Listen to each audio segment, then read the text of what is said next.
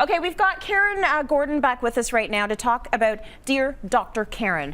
So many of our viewers write you questions, and this is sort of the place where we can get some of them answered. This our first one is about a viewer who has a husband who died several years ago. She says, I'm currently dating someone seriously. I've got a difficult time removing pictures of my husband from our house as they represent my family. I don't want this to bother my current boyfriend. He's never mentioned that it bothers him, but I also want to be respectful to him.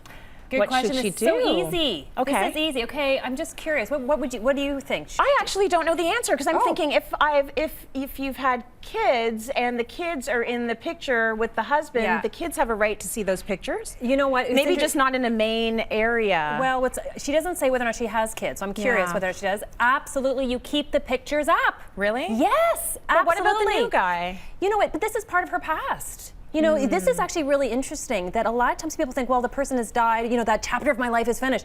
That is part of your story. And you want to honor that part of your story for yourself and for your children, assuming that she does have kids. But even if she doesn't have kids, I would still recommend, because that's part of who she is. It's kind of like, you know, putting up pictures of your, you know, it's not in a divorce. Your childhood or whatever. Yeah, it's your story. It's your story. And this is not like a divorce where there's, you know, a lot of anger and, you know, he's died. She wants to honor that. So absolutely. And in fact, it's interesting. I've had many clients over the years where a spouse has died.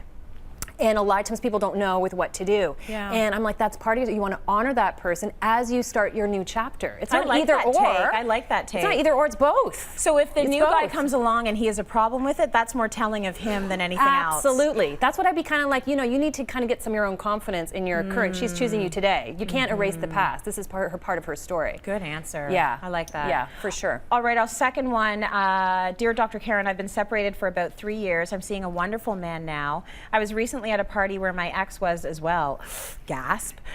He wanted to chat at my boyfriend all night and acted like we were the best of friends. At one point, he almost got himself into a selfie with my boyfriend and I.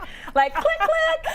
I'm not comfortable with this. I need to set some boundaries. Yeah. That's so interesting. It is funny. You kind of think of it over the holidays and all these like crazy Christmas family get-togethers, right? With what people do. And when you have like new families and modern families and blended families, people are all kind of getting together. Yeah. You know, to me, it almost seems like, you know, he's almost like he's trying to make it so an uncomfortable situation comfortable. That's what he's trying to do, I think. Totally with what he's trying to do. He's trying to be so cool with it. I'm so cool with this new situation. Look, I'm in the selfie with you and your boyfriend. Yeah. Your new boyfriend. You know, to me, I'd actually say to her, you need to chill.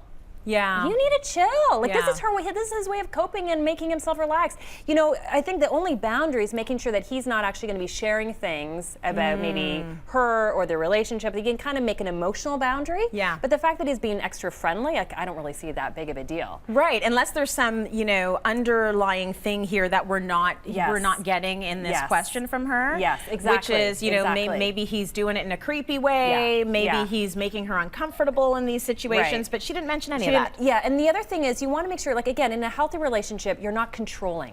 Yeah. You know, this seems a little bit controlling. Like, well, you can't talk to that person. I don't want you to talk. Like, that seems controlling. Like, you're adults. Let's be emotionally mature about it. Sure. You can make boundaries around things you don't want them to talk about. That's totally fine. But saying that he can't talk to him is just ridiculous to me. Yeah, what she worried about, right? Yeah. Okay, really good answers. I love that.